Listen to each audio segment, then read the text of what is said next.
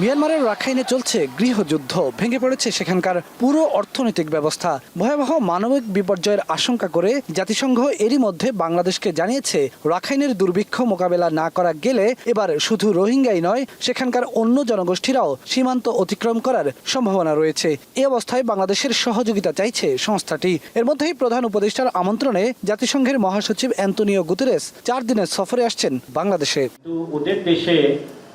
বুধবার বিকেলে রাজধানীর ফরেন সার্ভিস একাডেমিতে জাতিসংঘ মহাসচিবের সফর নিয়ে সংবাদ সম্মেলন করে প্রধান উপদেষ্টার প্রেস উইং। প্রেস সচিব বলেন, গুতেরেসের সফরে রোহিঙ্গা সংকট সমাধানের গতি পাবে। রোহিঙ্গাদের রিটার্নের জন্য রাখাইনে পিস অ্যান্ড স্ট্যাবিলিটি ফিরে আসাটা জরুরি। সেটার জন্য আমরা কাজ করছি। আমরা ইন্টারন্যাশনাল এই যে পুরো যে ইন্টারন্যাশনাল যে কনফারেন্সটা, সেটার একটা ওয়ান অফ দ্য ফোকাস হবে এইটা।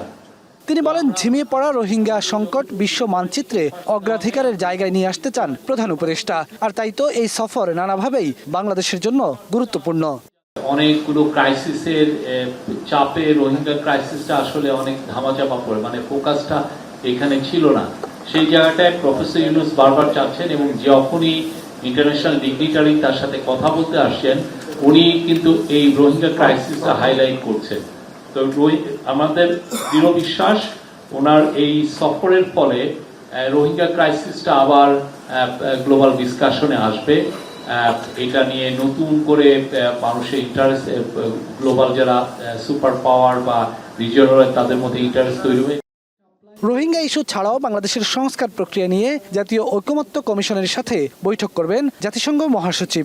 ঐকমত্য কমিশন তাদের যে প্রোগ্রেসটা, তাদের কাজের যে প্রোগ্রেসটা, সেটা জাতিসংঘ মহাসচিবকে জানাবেন, এবং যদি জাতিসংঘের পক্ষ থেকে এ বিষয়ে বাংলাদেশের যে বিভিন্ন সংস্কার যে প্রস্তাব, অনেকগুলো সংস্কার প্রস্তাব এসেছে পুলিশের, বিচার বিভাগের, জনপ্রশাসনের, এই সংস্কার প্রস্তাবগুলো বাস্তবায়নের ক্ষেত্রে জাতিসংঘের অধীনস্থ কোনো প্রতিষ্ঠানের যদি কোনো ভূমিকা রাখার সুযোগ থাকে, সেটা নিয়ে হয়তো আলোচনা হতে পারে।